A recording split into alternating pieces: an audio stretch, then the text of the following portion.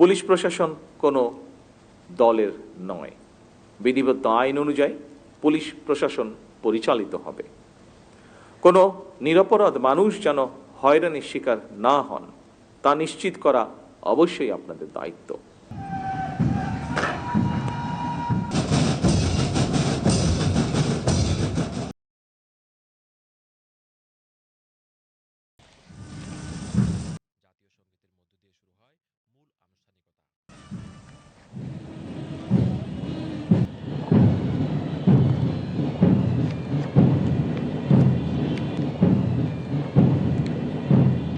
আমার কাছে এটি শুধু একটি আনুষ্ঠানিকতা মনে হয়নি, বরং এটি ছিল পুলিশ সদস্যদের শৃঙ্খলা, আত্মমর্যাদা, দায়িত্ববোধ এবং সুন্দর ভবিষ্যতের দিকে দৃপ্ত পায়ে এগিয়ে চলার অবিচল অঙ্গীকারের বহিঃপ্রকাশ।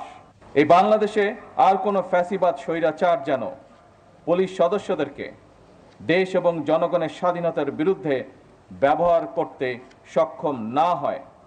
স্বাধীনতার প্রথম প্রহরেই পুলিশের রক্তে রঞ্জিত এই মাটিতে দাঁড়িয়ে আসুন আজ আমরা আবারও নতুন শপথে অঙ্গীকারবদ্ধ হই।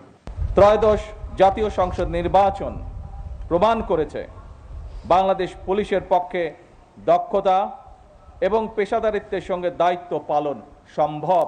শুধু দেশেই নয়, জাতিসংঘ শান্তিরক্ষা কার্যক্রমেও বাংলাদেশ পুলিশ দক্ষতা এবং সুনামের সঙ্গে কাজ করে যাচ্ছে।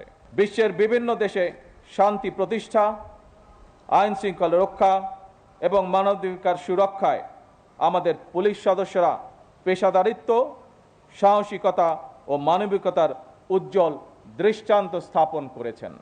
জাতিসংঘ শান্তি মিশনে নারী পুলিশ সদস্যদের ভূমিকাও আন্তর্জাতিকভাবে প্রশংসিত হয়েছে। সুতরাং শুধু বিদেশেই নয়, দেশের জনগণের সঙ্গেও পুলিশের মানবিক আচরণ প্রত্যাশিত। বছরের পর বছর ধরে অসংখ্য হামলা মামলার শিকার, নিপীড়িত, নির্যাতিত অধিকারহারা মানুষ বর্তমান গণতান্ত্রিক সরকারের সময় শান্তি এবং নিরাপত্তা চায় জনগণ।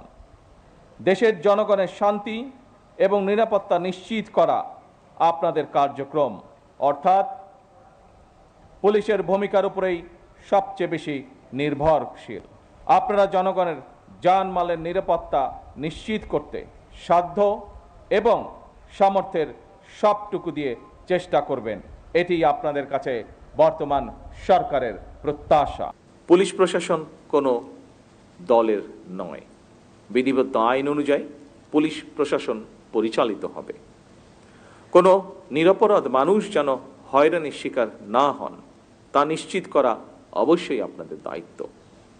আমরা থানাগুলোর পরিবেশ এমনভাবে করতে চাই, যা আইজি সাহেব ওনার বক্তব্যে উল্লেখ করেছেন, যেন একজন মানুষ কোনো মাধ্যম ছাড়াই সরাসরি থানায় গিয়ে নির্ভয়ে তার অভিযোগ জানাতে পারেন এবং একই সাথে প্রতিকারও পেতে পারেন।